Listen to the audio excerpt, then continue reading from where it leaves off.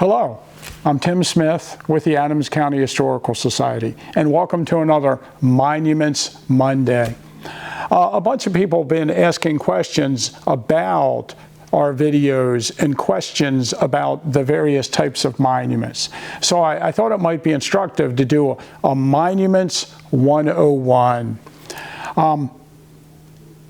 Depending on how you count, there are a couple thousand monuments and markers and tablets associated with the Battle of Gettysburg and the Gettysburg National Military Park.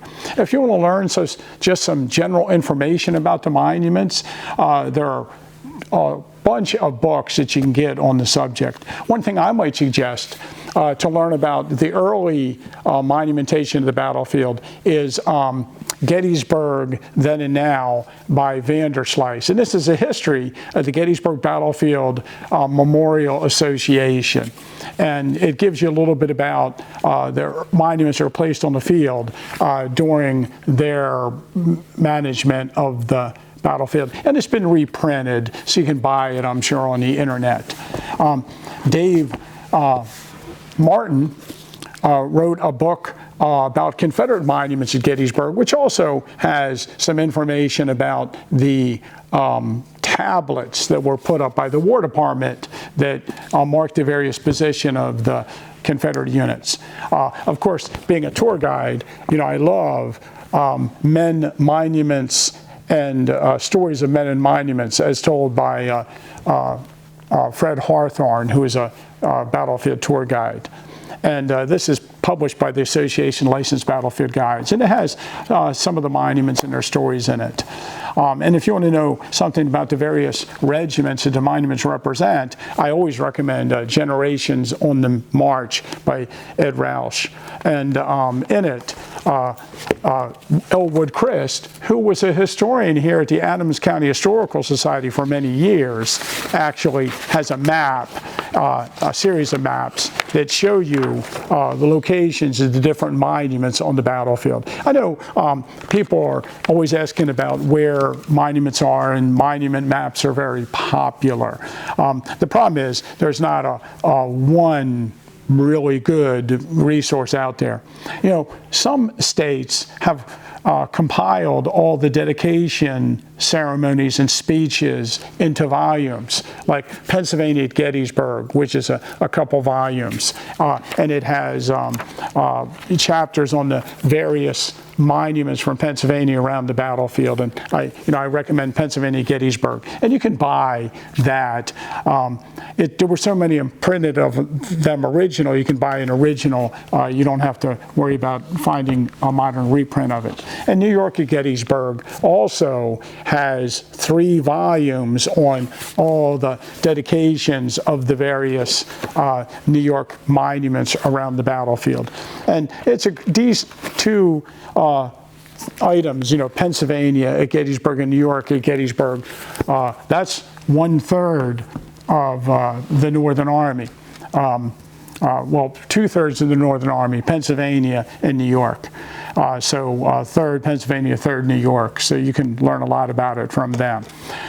The main question that I get dealing with the monuments, and I'm saying this from my 30 years of guiding, is that people will ask me, how many monuments are there? And they want a specific total when they ask. And usually, because I can't answer just I can't give a straight out answer, I usually say, there's a lot. And if I'm pressed on it, I might say that there's well over 1,000 monuments on the battlefield, but I never give any kind of specific number. If you ask the National Park Service how many monuments are there on the park, they say 1,320. The problem that I have with that figure is that that's the same figure that they've been giving out since like the 1950s at least. If they're asked, they always say 1,320. And it's not that it's just that is what the park has always stated, and it never changes. And obviously, the current number of monuments on the field does change. Some new monuments are put up. Other monuments are hit by cars and hauled away, or there were monuments that were on the battlefield at one time that are no longer there. So it does change. And it also, of course, depends on how you count. And it is really difficult with the 1320 number. I don't know what they're counting and what they're not counting in that total. Okay. Now you might say, what do you mean? It depends on how you count. First of all, when we say, when we're talking about monuments, we're talking about monuments, markers, and tablets. Now, I would ask the viewers some questions. Do you want us to count flank markers when we talk about monuments? We have a monument, and then on either side of the monument there is a marker for the regiment's right flank and their left flank. Do we count the flank markers as monuments in our total? Do we count the War Department markers? I think people would say yes to that. We might count the Confederate Brigade plaques and the Union Brigade plaques, or the artillery battery plaques. But when we talk about War Department markers, do we count the War Department markers for the various farms on the battlefield? Hey, they were put up by the War Department in the late 1890s, the early 1900s. I'm talking about things like Kadori Farm. And there are markers for terrain features around the battlefield. For instance, there's one that says the angle. There's a marker that says the loop, referring to the road that loops around the stony hill near the wheat field. Do you count wayside exhibits as monuments? I'm sure a lot of people would say no.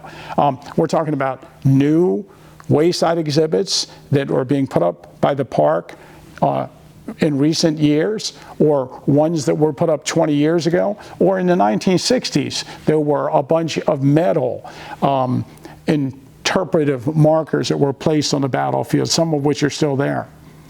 In your count, do you want us to count markers and monuments outside the National Park Service boundary that are on private property and not on the park, such as the marker to Chaplain Horatio Howe on the steps of the Christ Lutheran Church on Chambersburg Street that marks the spot where he died?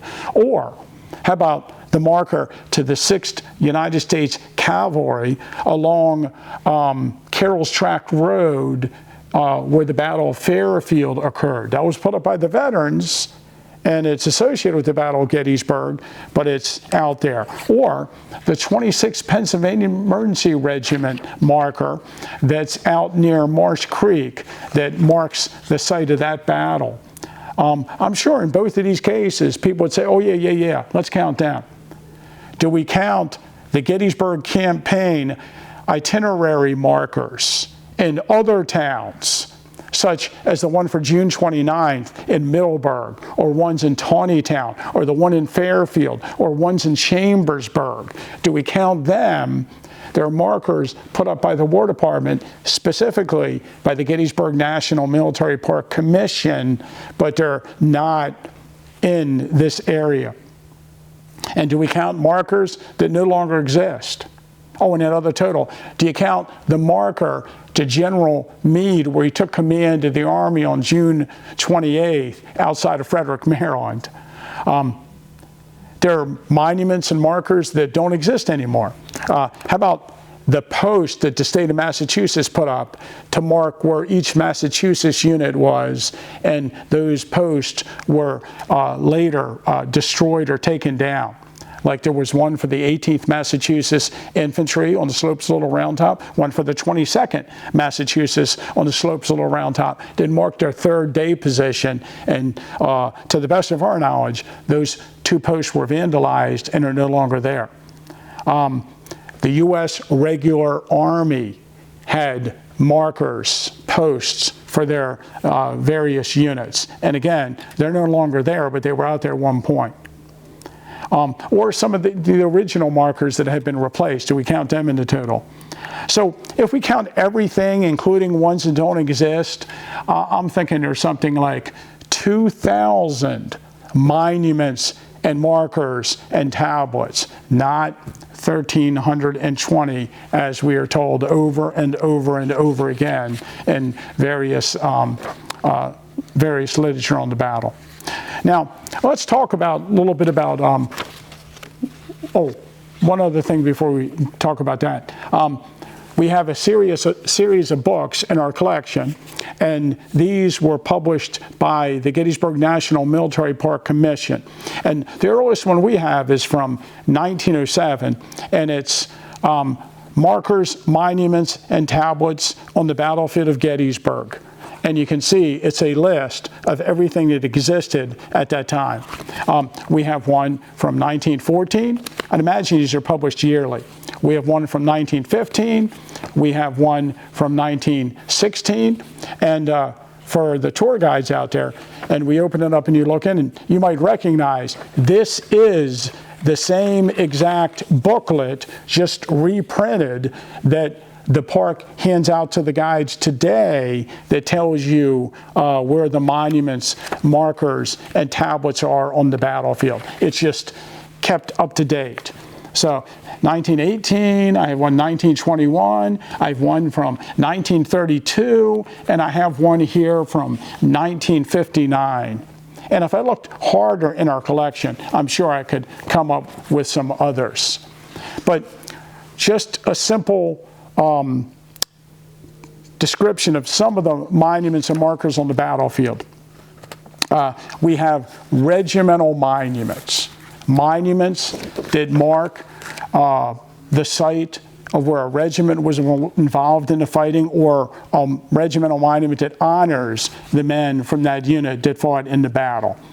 So if we add them up, and then we add to them the state memorials, some general memorials, some statues of people, standing statues and equestrian statues, we come up, again, depending on how you count, with over 500 of them. And let's say we'll add a few more markers in it. I think everybody would agree are monuments. We come up with about 600 pure monuments on the battlefield. And then there are, depending on how you count, there's flank markers and advanced position markers. And the regimental monuments, I should tell you, were put up by the veterans themselves, usually with state appropriations to honor the men of that regiment. And it was a dedication ceremony for each of those monuments. Flank markers. Not every regimental monument has flank markers. For instance, the state of Indiana does not have flank markers around the battlefield. Michigan really doesn't have flank markers around their monuments on the battlefield. But at some point, the Gettysburg Battlefield Memorial Association came up with a rule that all regimental monuments should have flank markers for their right and their left. Some of the units have more than two markers. They have flank markers. Some units have advanced position markers. One unit, the 13th New Jersey, has like a left center.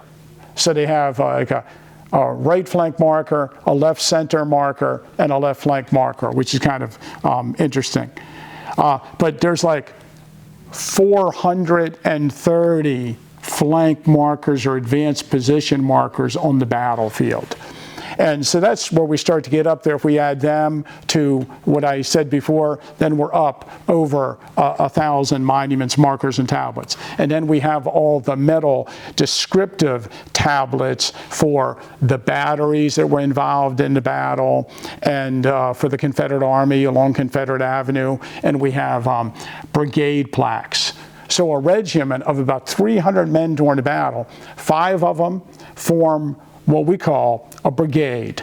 And there is a brigade plaque for every brigade, north or south, that fought in the battle. And I want to mention that these brigade markers were placed by, the War Department. And these are not monuments. That's why we say monuments, markers, and tablets, because we're talking about things that aren't necessarily meant to honor the individuals here. They're more of informational tablets or markers to signify where that unit was positioned, a position marker. And this is probably a good time to mention it. There are only, depends how you count, 20 Southern monuments on the Gettysburg National Military Park. One of the big misconceptions that I hear all the time is people think that the Gettysburg battlefield has northern and southern monuments. If we have, like I said, some 2,000 monuments and markers and tablets, only 20 of them were placed by southern states. 1% of the monuments. We don't have a lot of southern monuments. Now, why don't we have a lot of southern monuments? Because the northern veterans did not want southern monuments on the battlefield. It's simple as that. So I think a lot of people totally misunderstand this. A couple interesting things about the monuments. We have 7 equestrian statues on the battlefield. And one of the common myths of the field is that you can look at the horse's hooves and you can determine the outcome of the general on the horse above it. This is a made-up story. It was never true. It was never meant to be applied to the monuments. But boy, was it very popular in its day. And to this day, it's still told by many people when they visit Gettysburg. But there's absolutely no truth to the horse's hooves story. And then one other thing I get a big kick out of, we have headquarters markers around the battlefield. And on our battlefield here at Gettysburg, upright cannon barrels mark the location of a general's headquarters. And you can find them around the battlefield, and you can read about the various generals' headquarters. At the time the Gettysburg National Military Park Commission was laying out our battlefield, there were other battlefields around the country that were being organized at the same time. There was Chickamauga, Chattanooga, the Antietam National Battlefield, Shiloh National Military Park, Vicksburg National Military Park, for instance. And this, I wish the different park commissions, all under the War Department, would have gotten together and come to some agreement as to rules with monuments around the battlefields at that time. So the reason I mention this is at Gettysburg, upright cannon barrels marked the location of a general's headquarters. At Antietam, upside down cannon barrels mark the site where a general was killed. At Chickamauga, a stack of cannonballs marks the spot where a general was killed. And at Shiloh, a stack of cannonballs is the general's headquarters. This is really bothering me. If you like the historical content we've been putting up on our YouTube channel, please like and subscribe.